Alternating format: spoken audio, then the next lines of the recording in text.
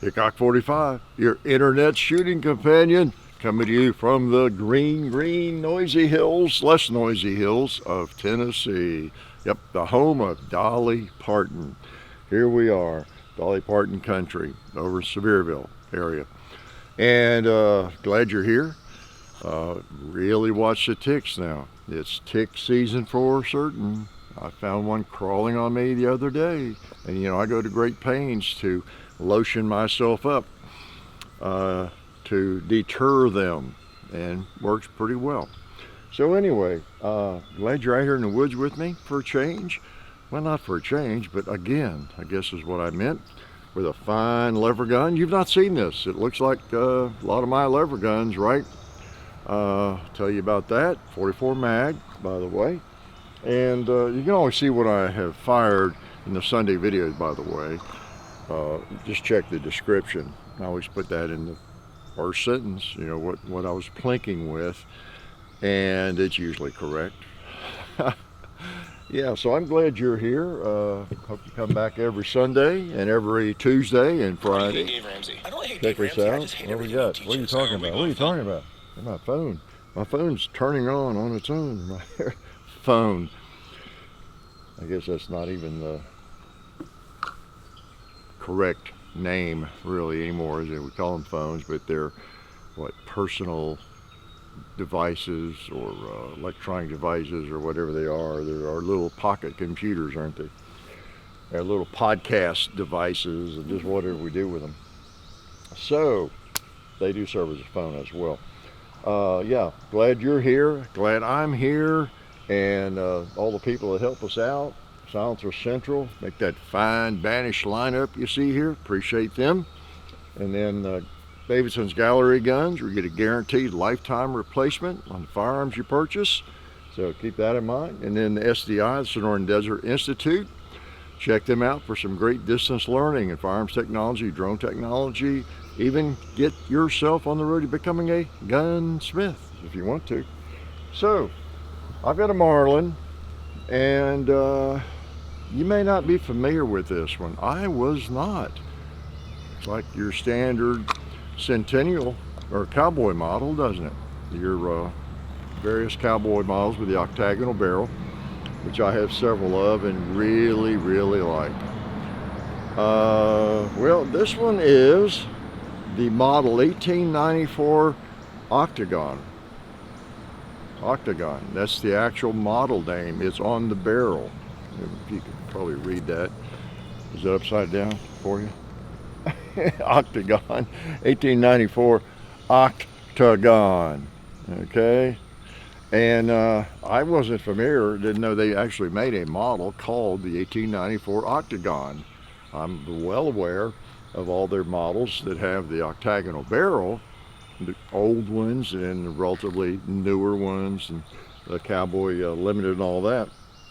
But this was just made in 1973 was the only year they made this particular model. All right, so it's a JM model, of course, and interesting firearm. Speaking of Davidsons, I think I told you last week I had a firearm or two from them on loan. Actually, from one of their key guys, Brad Cantor, lent these to us. Was in last week. I mentioned that, I think. Rode over to Smith. And but anyway, Brad lent these to me. These are his personal firearms. This Marlin and this Registered Magnum. Pretty cool. So I now have fired a Registered Magnum. And I think I talked about it a little bit last week. But this is Brad's personal firearm as well. Kind of a holy grail in the world of Smith & Wesson. I'll talk a little bit about that, shoot that some. And I don't know, we'll start the torture test on it maybe today. You want to? Make him nervous. But yeah, we appreciate the Gallery of Guns and Brad and all they do for us. Brad is a gun guy. I mean, he's seriously a gun guy. I run into him at gun shows. At Tulsa, and a little gun show in Kentucky, I run into him. You know, it's just, there's no hiding it when you are a firearms enthusiast. We'll be nice and not say gun nut. How's that? When someone's truly a firearms enthusiast, you just see them wandering through gun shows, and they're usually knowledgeable about a lot of different firearms. They're usually not, well, depends on how you define the term, the description, the phrase, firearms enthusiast. Gun nut. I mean, there are some people that like nothing but ARs, of course, polymer guns, but I don't know. Let's just say a well-rounded firearms enthusiast, firearms in general, and that's kind of the way I am. I like a lot of different firearms, and you know, and he does too, and I know other people like that. But it's interesting though, because a lot of people that you know and I know who are into firearms, or that we run into, they are a little bit one-dimensional, maybe, right? You know, or two-dimensional. There's just a certain type of firearm or certain area that they have interest in. Don't want to hear about an over and under shotgun. That had to be a FUD that would have that. Don't want to hear about an AR-15. That guy's got to be a mall ninja, or that gal. Don't want to hear about a revolver, or don't want to hear about a polymer pistol, or, you know, everybody's got their loves and their hates, everything. But when I run into a true firearms enthusiast, the way I would define it, I guess, you don't really find anything they hate. They're not really about bashing different firearms, you know. It's like if you're a car guy or something, I guess, and you just really are interested in the mechanics, or and it may be cars, or it may be firearms you've had bad experiences with, you don't like and wouldn't want to buy. But generally,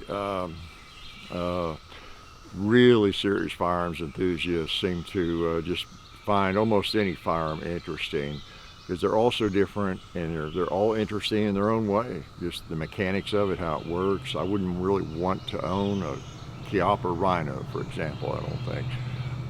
But I found that firearm interesting, you know, a different design and all that. So, but anyway,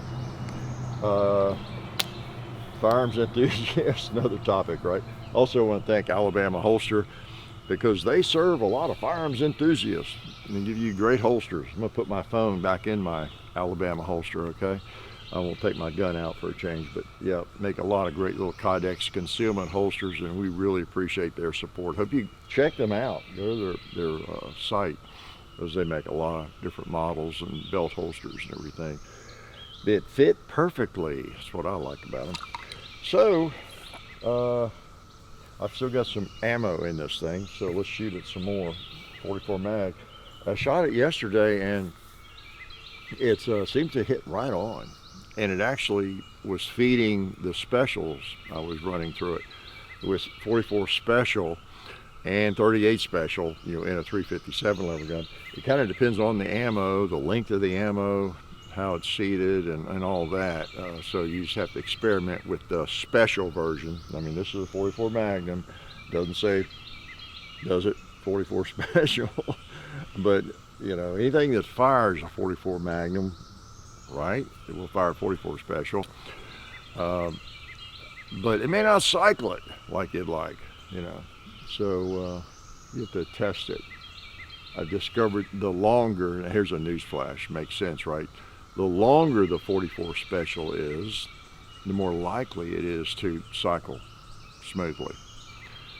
And same with 38 special versus, 357 Magnum. If the longer the bullet, the further out it's seated or whatever that makes it longer, and that's all it could make it longer, because the cases are what they are, it tends to feed better. Why? Because it's more like the Magnum, in length, and that's what it comes down to, the length. So as always, I've got it empty under the hammer. That's why, I'm acting like it's unloaded, because essentially it is in terms of a safety situation, unless I work the lever. So let's work the lever. You want to? Again, this is the Octagon. They just made them in 1973. All right, with the octagonal barrel, with this model. All right, empty out. Let's pop quiet again. Was that the last? That was the last round. I acted like I was going to do a lot of shooting. Let me see. I'll put some specials in while I'm messing with it. I don't recall which specials I was being successful with yesterday. Now maybe it was. These are Steinel. Let's see.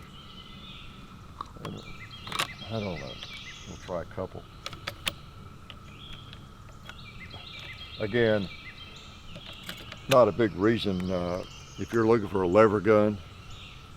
Well, it might be. I started to say it's if you want a 44 Magnum or 357 lever gun and it won't feed the special, maybe that's not a big deal killer for you. But then again, it might be.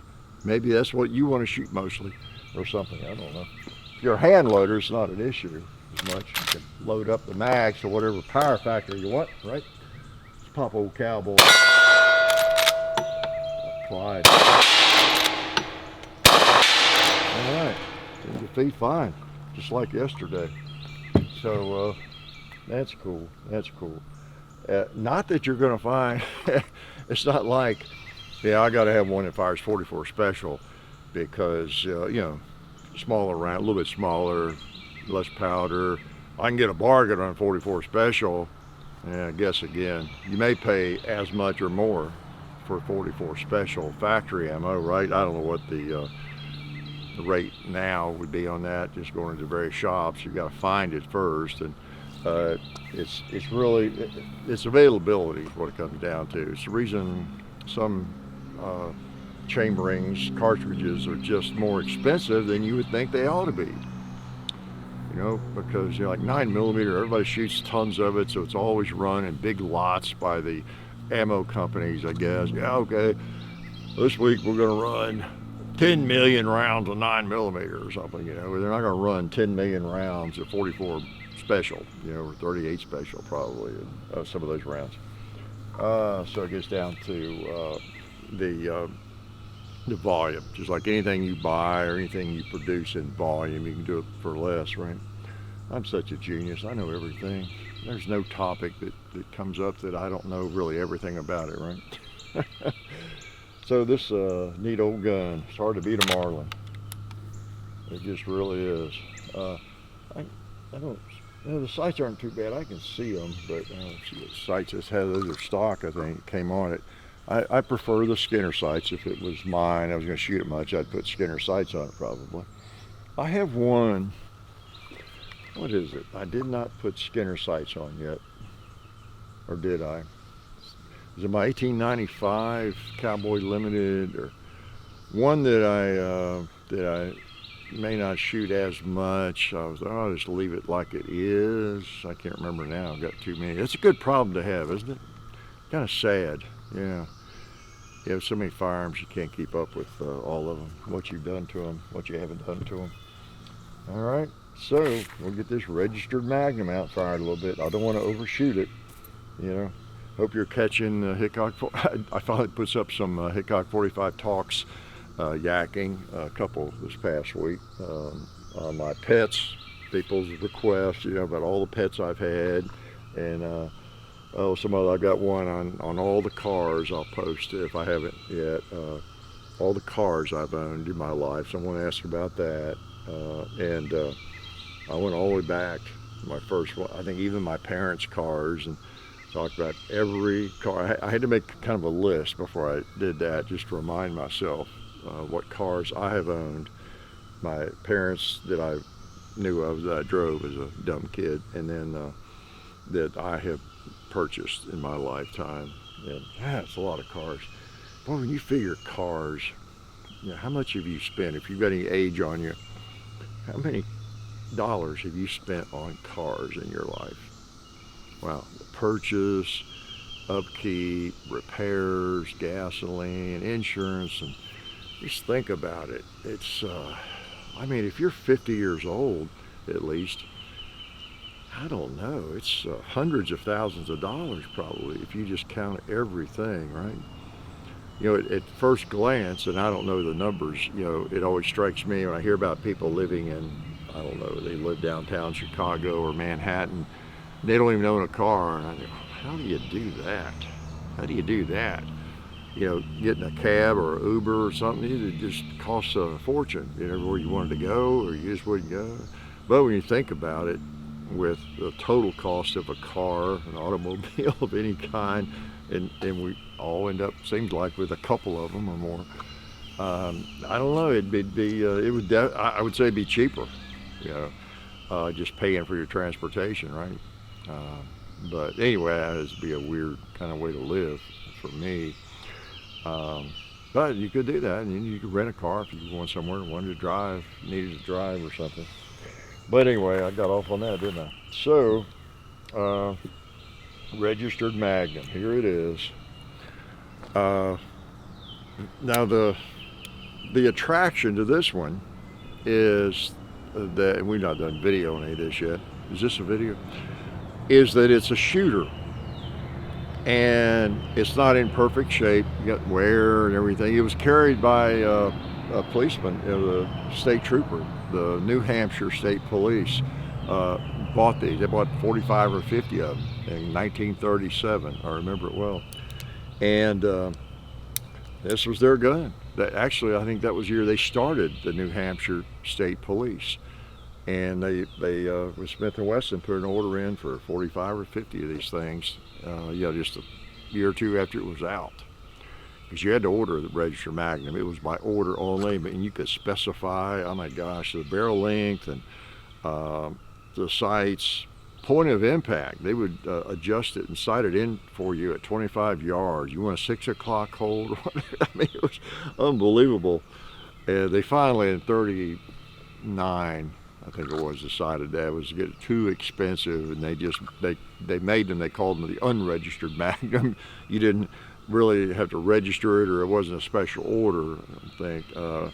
And they made them, I don't know, they offered different barrel lengths, I think, but the 6 or 6.5 was their main barrel length with a standard ramp sight, you know. But they were really, really special when they came out. It was the first .357 Magnum right here in my hand, the Registered Magnum.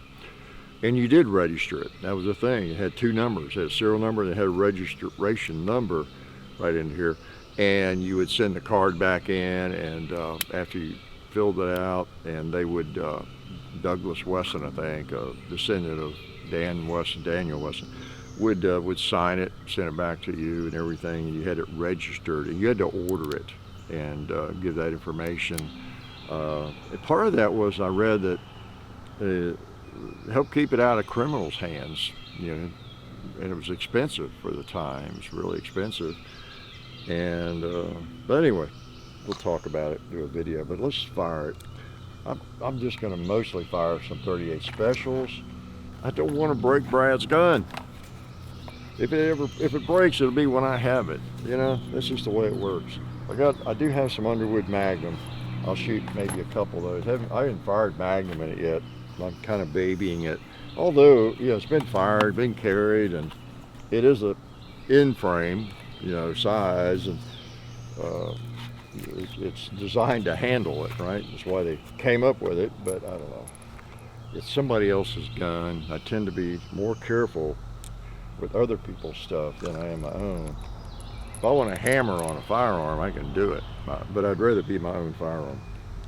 Okay, so, and I have in-frames, but it's just neat to shoot a Registered Magnum, because, you know, a lot of you firearms enthusiast gun nuts, you will never in your life, maybe, fire a Smith & Wesson Registered Magnum, because there aren't that many floating around. You may not know anybody who has one.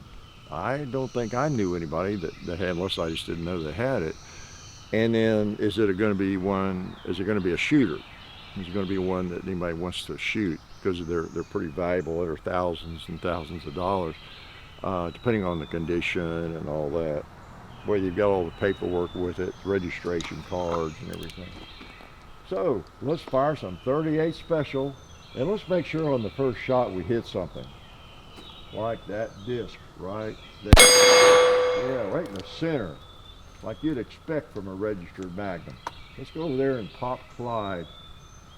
Get him registered appropriately. Yeah. See if we can hit the gong.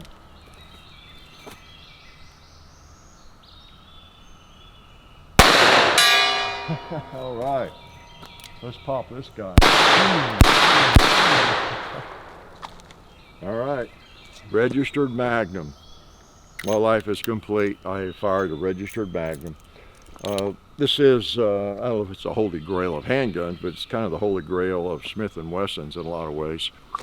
I was telling Brad, the holy grail to me in the Colt lineup was my cavalry model. It was actually, U.S. cavalry in the Colt Single Action Army, 45 Colt, 1883, sorry.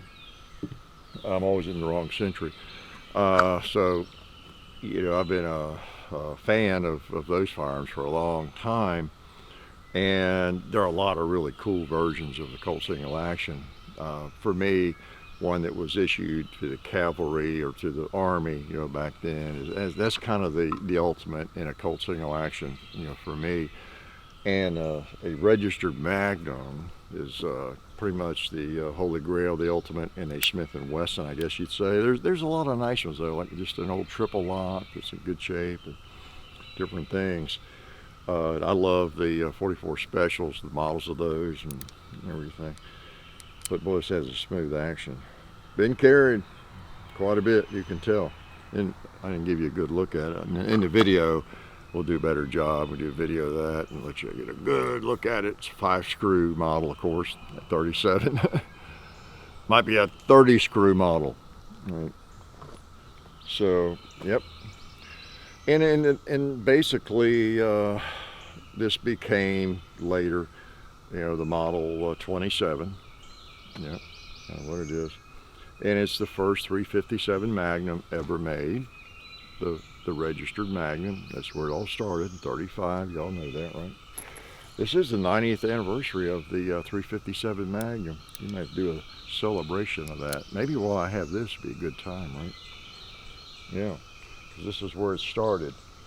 Yep, and I promise. So June the 8th, hard to believe, isn't it? Let me before I get too tied up in shooting, give some advice for young people. I picked up a couple of books this week, but one is a new edition of The Simple Path to Wealth by J.L. Collins. Now, highly recommend that book. Highly recommend it. I've talked about it before, I guess. Especially if you're younger, but you wouldn't have to be. Really easy reading, common sense. It's one of the top books of that type on the market. And he and his daughter revised it recently, and it's not a lot different, but it is revisable by the newer edition. But it's The Simple Path, or A Simple Path, The Simple Path, I think, to Wealth, J.L. Collins. And talk about common sense advice, really any age. But I tell you what, like I get a percent of this. This is not an ad. I have bought copies of the early one for other people, youngsters around the family, but it's a great thing for that. I mean, boy, you could change the trajectory for your kids or your grandkids with that book or one like it that's easy to understand and kind of drives home how important it is to start early. And boy, the incredible impact you can have on their future and on their wealth, just by without having a high-paying job, and it's just really, really common sense stuff. I mean, it's just really, really good. So anyway, that's my advice for young people today. The Simple Path to Wealth. Hit Amazon or somebody. I think I'm going to pick up some more copies of that one, spread around, invite it. Or I made up a phrase. You probably never heard it. I think it'll catch on. You can lead a horse to water, but you can't make them drink. I just made that up yesterday. That's pretty good, isn't it? So that's kind of the thing. It doesn't matter how brilliantly something is written or how convincing a person is, how smart they are, how insightful they are, how they could really help you, or how something could help you or me. Yeah, we have to drink, don't we? If we don't drink, we don't at least consider it doesn't help. But anyway, do what you can. You do what you can. Ironically, that's the thing. In his life story, he got started writing a blog about finance and stuff or something, and he was always he says he was always trying to drill into his daughter this basic financial information and how easy it is to just start it growing, the compounding, you know, and you could be so wealthy when you're 40, 50, 60, you know, and it doesn't take a lot of money. You just got to get started and take advantage of the compounding. But anyway, he and that's what we all do, don't we? With almost anything we know a little bit about.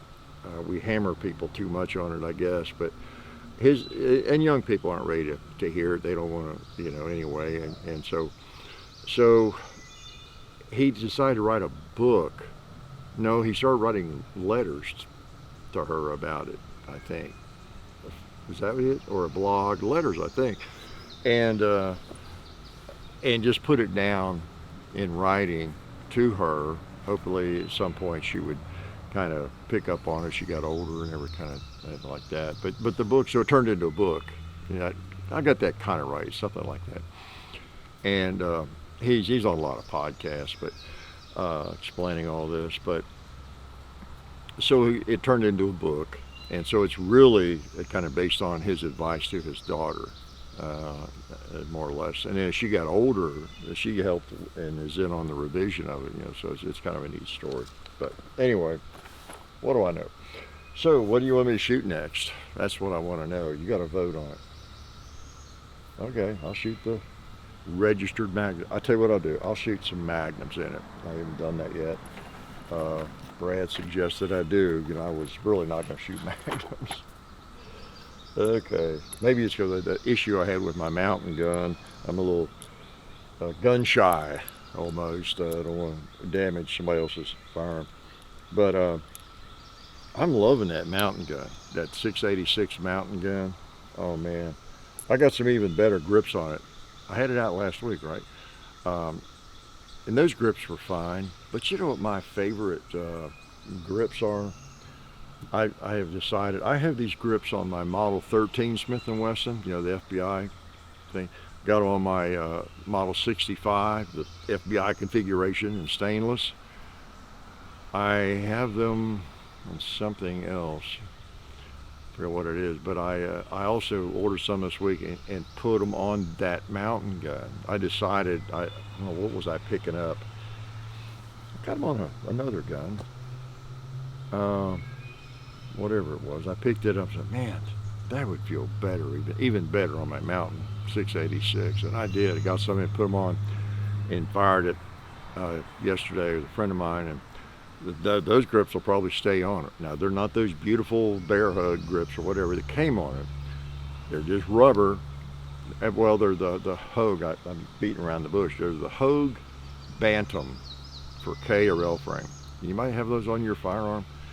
Yeah, they're the Hogue. They're called the Bantam, and they're kind of they're not really a little bit bigger than some boot grips, I guess, but they're designed for the round butt, these specifically, and they're kind of a minimalist, but they got enough meat to them, and the rubber too, it just feels good. They got kind of finger grooves in them, but they're fine.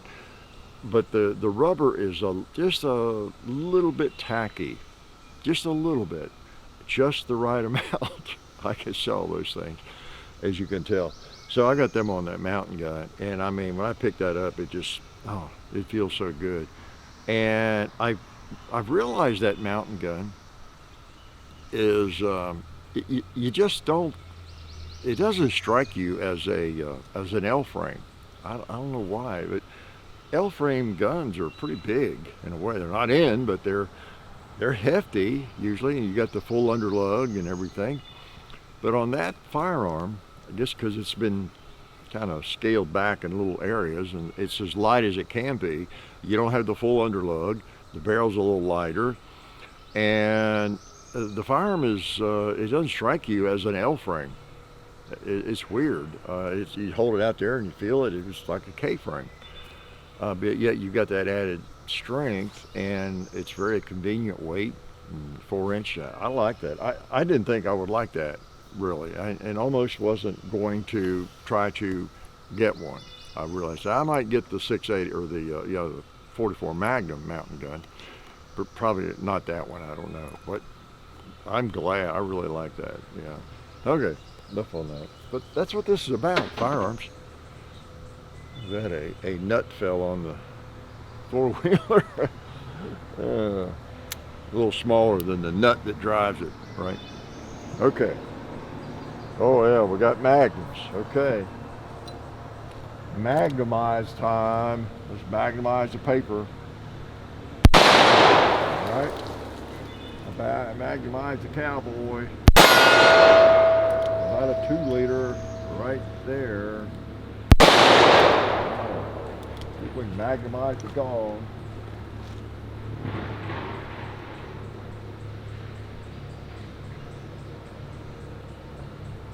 Oh, look at that. Do you see it?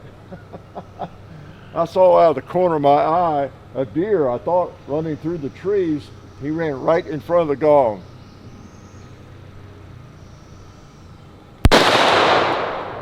That probably went a little high. That hit it? I think that got it. Yeah, I don't know if I'll have to look at the video and see if y'all noticed that. Surely if you look, you did, because I see it with my naked eyes. I keep the clothes off my eyes, they're naked. Yeah, that's interesting. I guess out of my peripheral vision, something moving over there, like headed in that direction through the trees and leaves, and so that's why I paused. If I hadn't have seen it, you know, he might have been in jeopardy. I don't know, depending on whether I was shooting high or low, right? So that's all the more reason. There's videos out there where I'm at the shooting table, old videos, and one of my dogs is back there on the hill running around or something or whatever. Or some of those videos where the deer show up on the main range and they're walking around, and you know, people over the years have made comments about, well, I can't believe you haven't shot a bunch of deer accidentally, or don't shoot your dog, you could kill your dog, keep him off the range, all these kinds of things. Well, hopefully that's mostly non-shooters, because when you pull a firearm up, you're looking for a specific target, but you can see the whole area, right? You can sort of see it, and if there's any movement at all. And by the time you're ready to pull the trigger, say there's a steel plate out there in the woods, I'm looking, and I'm right on that steel plate, okay. And I'm ready, there's nothing in the way or that I don't want to shoot, and so, boom, I pull the trigger. Well, that bullet gets there very fast. So even if someone tried to run in front of it, that's not likely to happen, right? And generally I'm shooting at things that if I miss it, the plate, whatever size it is out there or the other ranges or wherever, yeah, you're missing by this much. You miss by this much, you know, maybe by this much. It's not like you're just throwing bullets out into the range, right? You all know, y'all shoot, most of you, you know what I'm talking about. And, you know, yeah, sure, if you go out to the range or wherever you are, you just start slinging bullets out, you might hit anything that's out there, of course. It shouldn't be anything out there that, you know, that no humans walking around. But you're going to see it, and you're shooting at the target. Okay, enough on that. So now I've shot a few magnums through it. It acts like it was meant to be a Magnum. Oh yeah, it says Smith & Wesson 357 Magnum on the side. There's a King front sight on it. Made in the USA. Got the original grips. I think it's all original, except they may have done some work on the cylinder. He said the New Hampshire police, I don't know whether they did it. They probably had their own armor or sent it back, or Smith & Wesson or whatever. But registered Magnum. from a historical standpoint, it's really cool. Piece of history. Glad to have the opportunity to shoot one. On the other hand, it's no different than really shooting a Model 27 or 28 in terms of the feel. It's an end frame and 357 Magnum. So pretty cool. He's got all the paperwork and everything on that, and he's got all the stuff from the history, Smith and Wesson, all that. So, and that's kind of cool that it's a shooter. Now you wouldn't want to wear it out, but you're not going to do any damage to it by shooting it, like any wear or hairline scratch or something, because it's got some wear on it. You see the barrel. So anyway, registered Magnum. And they were registered. You registered them, you ordered them. They just were not in gun shops. So it's that kind of deal. And I didn't know that until recent years.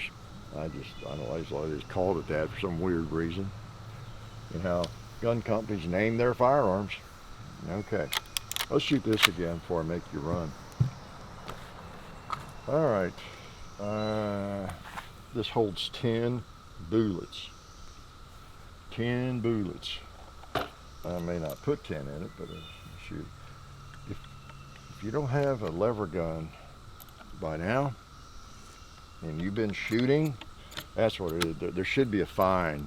You should be fined or something, if you don't have a lever gun and you've been into firearms for more than 5 years. Okay, there's a problem. You have broken the law. You've broken the firearms code of ethics. There you go. That's what I need to put that together. The Constitution for firearms ownership. You're allowed to go for 3 years as you get into shooting without having a revolver. The 4th year, you need to have one, or something wrong there.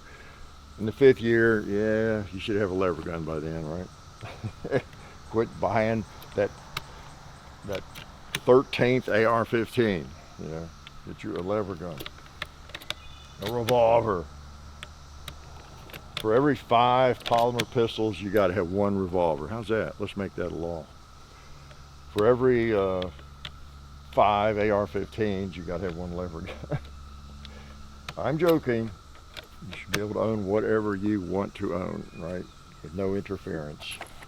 Okay, whether it's a revolver, a AR-15, a suppressor, whatever it is, should be able to just go buy one. All right, 44 Magnum, 20-inch barrel.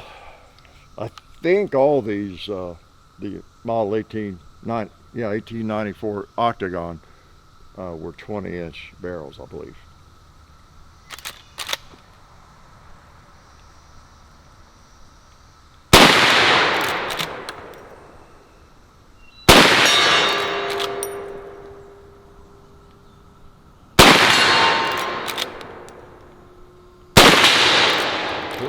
Let's bowl a little bit.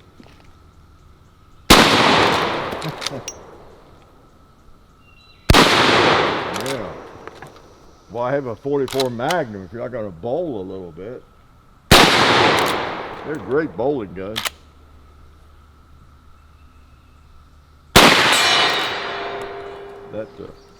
That's nice. I was doing some research on this, and it's difficult. It's difficult. You probably experienced that with some things you're trying to look up, maybe. But these things, whenever they were made, see, they started making these again with the octagonal barrels in the 80s. As cowboy action shooting got popular, then they came out, with these cowboy limiteds and all that. Limited 1, limited 2, whatever, and I've got some of those, of course. And, but they all have the octagonal barrel. And so, try Googling around and finding information on this thing, and you get all these hits that, just have to do with Marlins with an octagonal barrel. So you gotta narrow your search. But I did find a couple articles and some information on it, and a few threads where people who had them and discussing them, that kind of thing. But they're just not all that common. They were made 1 year, but it's interesting. They came out with this well before cowboy action shooting came along. And I wasn't sure how that worked. I think I read that Marlin had been chambering their Model 336s in 44 Magnum, and it just wasn't working out as well because those were designed for a longer cartridge and different things like that. But I don't know how long they've been doing it, and that was maybe part of the reason they wanted to go back to the 1894 model, and for the pistol cartridges. And so at any rate, they've made a lot of them since then, haven't they? And again, now I'm talking about the Octagon having the octagonal barrel. There were a lot of Marlins made in the 70s, and with the round barrel and all that, and 1894s, right? But as far as kind of the cowboy version, there was a one-year deal in the 70s, and this was it. I tell you what, if I'd have run across one of these in the 70s, I would have probably been interested in it. Yeah, because I've always liked octagonal barrels, and they're just pretty cool. So, 44 Magnum or 44 Special. It's hard to beat, and I've got my extender on it, of course. But it's got all set up for a sling there, and it's pretty neat. And of course, it's a JM model. It might have the clearest JM marking I've ever seen. Sometimes, most of the time, it's hard to read those things, isn't it? Look at that. I can't really tell if I'm focused or not, but the JM is pretty clear on this one. That's the way with a lot of stampings and roll marks, isn't it? You can look at 5 different firearms with the same roll mark, and one of them is really clear to see, and the other one's not. So anyway, boy, pretty cool to have a registered Magnum, and then kind of a rare, Marlin, especially when both of these categories are my favorite. Some of my favorites. Big Smith & Wessons, yeah. And then Marlin lever guns. Do I need to tell you that? The evidence is out there on YouTube, right, and Rumble. So yeah, by the way, we post everything on Rumble. I know a lot of you go over there and watch things there. Unless I just happen to forget, but I haven't forgotten in a long time. I think they're all there. Appreciate everybody, Talon Grips and Ballistol. We're lucky folks to have people that support us the way they do. And then again, Gallery Guns and Brad. I knew Brad Cantor would come in handy someday for something. I've known him a long time. He has a similar taste. That's what I've got another friend like that, lives locally. We shot yesterday, and he's not as crazy as I am in all the guns I have, but we have similar tastes. For example, I know he carried a Glock 26 for a long time and has a couple of Glocks, I think, still, and semi-automatic pistols, and he loves revolvers, carries a revolver a lot. Lever guns, loves lever guns, and is now he's not into AR-15s and that kind of thing, but he just likes firearms and shooting. Can you identify with that? I can. I can identify with that. And man, it's hard to believe 284. 284. Maybe I'll celebrate somehow at number 300. I'll do you a favor and celebrate. I'll make it a 5-minute video. How's that? Less talking, no talking. So you'll have a gift. That'll be your gift. There's something else. I don't remember what it was. Probably some lie I was going to tell. About that rifle. I had it in my mind, and it slipped out, I think. But I appreciate y'all supporting us, and if I don't have a note on it, whatever it was, so probably wasn't very important. But I do appreciate y'all supporting what we do and coming around and remembering that we're posting every Sunday, Tuesday, and Friday. whether you get notified or get a video served up or not, right? And I'm talking from the main channel. Of course, John's still doing the Hickok 45 clips every day, and the Shoots channel, and I'm doing talks every now and then on the Hickok 45 talks. So I know some of those pop up and you don't even realize they're not on the main channel. It doesn't really matter, right? But I think John and Jesse are doing more shorts now, so you'll see, unfortunately, even more of my pretty face. Yeah, I think you will. So pretty is a better word to describe something like this. Yeah, both pretty cool and pretty, period, right? Good old Smith & Wesson. That's original finish too, isn't it? So Registered Magnum. Wouldn't that have been wild to be around back in the 1930s? And of course they came out with this in the heart of the Depression too, you know, the Great Depression, which wasn't so great if you lived back then. And that 3844 heavy duty and outdoorsman, you know, those came along in 29, 30. And as I talked about in that video, the gangsters were running around in those old heavy metal cars back then, and most cops had nothing but a weak 38 special on their hips, and they were literally outgunned, and they wanted something that would penetrate those cars. And then hunters also wanted a more powerful cartridge and a handgun, and Smith & Wesson obliged, you know, with that 3844, and then 35 with this, you know. So pretty cool. Plus a 350, well, a really hot round is just going to beat up a smaller frame over time.